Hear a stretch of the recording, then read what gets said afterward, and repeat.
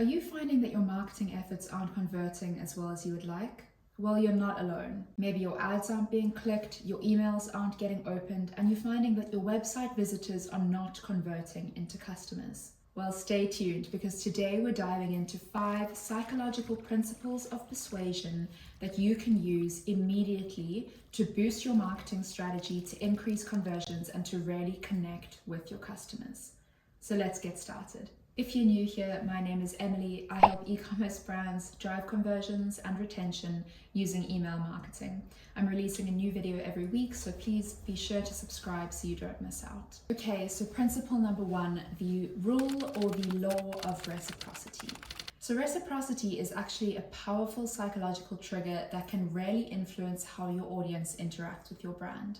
In simple terms, it's basically the fact that when we do something for someone, they are more likely to do something for us in return. And we can really leverage this in our marketing efforts, because when we add value up front, it increases the likelihood that our audience is going to engage with us in a positive way, whether that be engaging in our content or buying a product or whatever it is. Small businesses are often worried about giving too much away for free in the beginning, but they don't realize that this actually ignites that law of reciprocity. It really builds trust, and it increases the likelihood that people are going to buy from you. Just think about the time that someone has done something nice for you and how you feel like in some way you owe them a favor in return. It's the same thing. So how do we implement reciprocity in our marketing strategy? So the first thing is free resources. Think about ebooks, checklists, whatever kind of value add that you can give to your audience that will make them feel like you have done them a favor. The other thing you can do is offer exclusive discounts, and this is something that we see in a lot of e-commerce brands, that first order discount pop-up offering 10, 15, 50% off. That is an offer of free value that invokes that law of reciprocity. The other thing to think about, if you're a salesperson, you're doing outreach, or you're trying to secure a new client, you want to offer value up front. And I know this can feel a little bit scary because you actually want to secure their work before you spend time and effort in their business. But remember, just the nature of you spending time and putting effort into their business again invokes that law of reciprocity and makes them more likely to return the favor. And again, it builds trust, which plays a huge role in a person's buying decision. And just remember, the key to reciprocity is not to manipulate people, it is to give genuinely. It's thinking about how you can mutually benefit each other. And I always like to think that when you put out good into the world, good comes back at you. It might not be that exact customer, that exact client, but the world will eventually return the favor. So I like to live with that in mind. Anyway, on to the next principle. So social proof is the idea that people look to the actions and behaviors of others to determine their own choices. So essentially, if someone else is doing it and if lots of other people are doing it, I'm more likely to do it too. I mean, think about the last time you bought something online. You probably checked the reviews, you wanted to make sure this brand was legit, and you wanted to feel like other people were having a positive experience with that product and with that brand.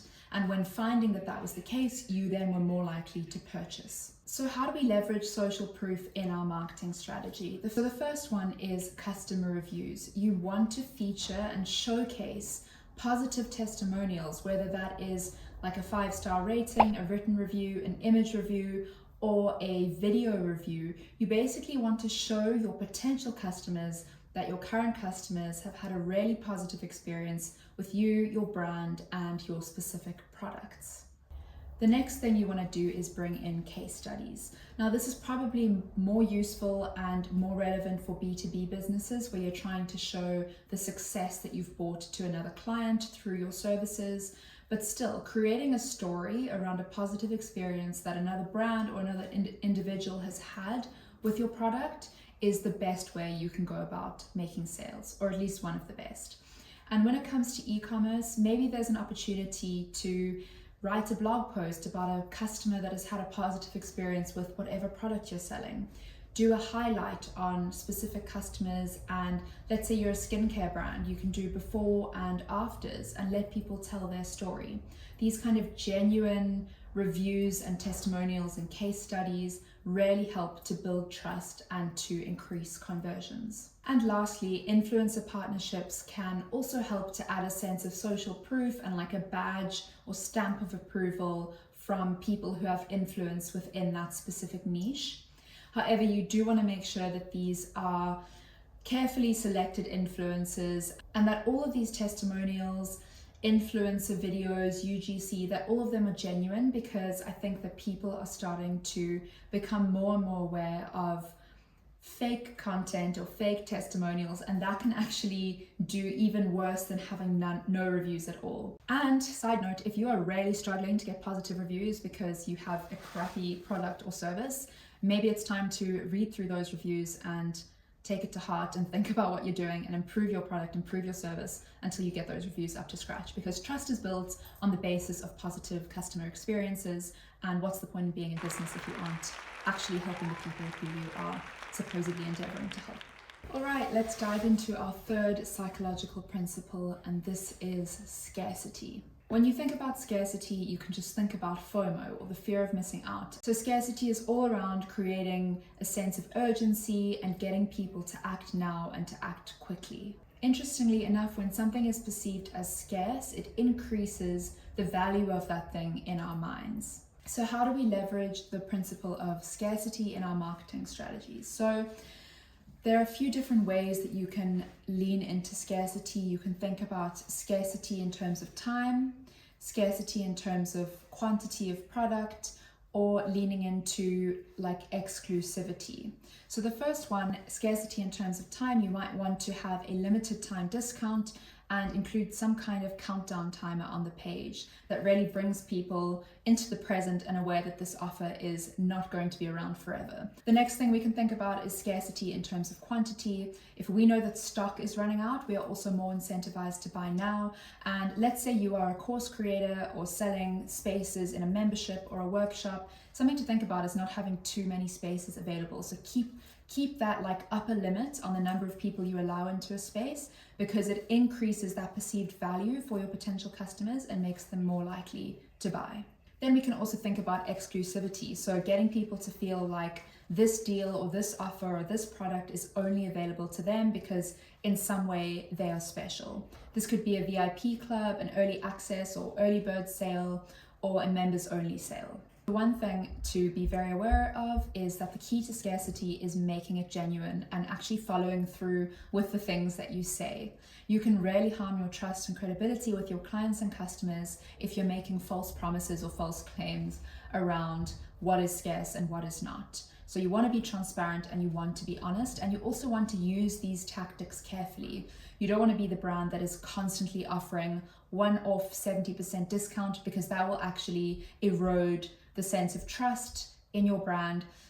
You want it to be that when you do offer that discount, people really act because they know that this truly is a once-off limited time offer. Now let's talk about the fourth psychological principle, which is the foot in the door principle or technique. This is based on the idea that if someone agrees and says yes to a small request, they are more likely to say yes to a bigger request later on. So you don't want to start with this massive offer that takes people a lot of brain power to think about whether they want to do that or not. You want to offer them something small, get them to opt in, to step forward, to say yes, and then you bring in your bigger offer and they are more likely to say yes to that. How do we leverage this foot in the door technique in our marketing strategy? So the first thing we want to do is begin with a small request. We begin with a low commitment action. So that might be signing up for a newsletter, signing up for a discount, signing up for an ebook or a free resource. And this actually really ties in well with the law of reciprocity, because we know we're adding value to them, so they are more likely to return the favor later on. And again, once they've opted in and they've taken that initial step, they're more likely to keep taking steps in the direction that we want them to. So now what we want to do is build and gradually build on that initial request. So people have opted in, and now what we can do is offer them something bigger. So for example, let's say you're a skincare e-commerce brand and you have a free skin reset ebook that you offer people for free. And now what you could do is offer people a limited time discount on one of your skincare products. This feels like the natural next step for them as they move through this journey. And then when they opt into that, we can gradually increase the size of the request by bringing in maybe our bundle or our wider range. So the idea is get people in the door, get their foot in the door through free resources, through adding value, and they are more likely to continue taking those steps. And the great thing about email marketing, I'm just going to plug it in here, is that you really can take people along that journey. So you get them opting in, and then you start to build trust through your specific email flows. You can, once they've opted into certain things, you can start to upsell them and to automatically increase the value of what you're offering them. But you're really building that trust and creating that customer journey in like quite an automated way. If you're an e-commerce brand and you don't have email marketing set up, it's definitely something that you will want to do, and check out a bunch of my videos as I run through all of this in detail. So remember, with the foot in the door technique, you want to make sure that the jumps in requests, so from small request to slightly bigger request to extremely large request, that these jumps feel gradual and natural and intuitive. You don't want to offer people something small and then kind of scare them off from the get-go. So you consistently want to add value and build trust along that journey and make it like an intuitive and obvious next step for them to take in whatever journey they are taking with your brand. And lastly, let's dive into the fifth psychological principle, which is anchoring. So anchoring is all about setting a reference point that influences how people perceive and evaluate subsequent information. And I'll explain what I mean. So imagine you walk into a store and you see a jacket that was $300 and it's now marked down to $150. So in your mind, and certainly in my mind, you feel like that $150 is a great deal, even though it might be more than you were initially wanting to spend. So that initial $300 creates an anchor in your mind that you then reference the new price against. So how do we use anchoring in our marketing strategy? Obviously, as per the example I just gave, we can set an initial higher price. Let's say we're selling t-shirts, we could set the price at $30 and actually sell them at $15. So that initial anchor, the more expensive price, makes the current price seem more appealing and people are more inspired and motivated to make a purchase. Another way you can use this is by using comparative pricing. So you can offer a basic plan, a mid-tier plan, and a premium plan. That premium price will serve as an anchor for people, making the pro and the basic price seem more affordable and more achievable. And lastly, you want to highlight savings. So don't just knock off 30% off of your products. You want to make sure that you have that initial anchor price and the new price next to each other so that people can see that reference point and make the comparison for themselves. So we all have a cognitive bias to rely more heavily on the first piece of information that we receive, and anchoring really taps into that. As with everything that we've discussed today, you want to keep things ethical and you don't want to overdo it, because that is going to take you in the opposite direction you want to be, and it's going to end up eroding trust. So you need to make sure that that initial anchor price is something that is realistic to your consumer, or else they're going to be like, this is a scam, what am I doing? So I hope this is really helpful and that these 5 psychological principles are going to help you in your marketing strategy and your copywriting and more. Remember that they are, I've forgotten them: reciprocity, scarcity, social proof, foot in the door technique, and anchoring. If you like this video, please like, comment, and be sure to subscribe. I'm releasing new videos every single week, and I will see you next week.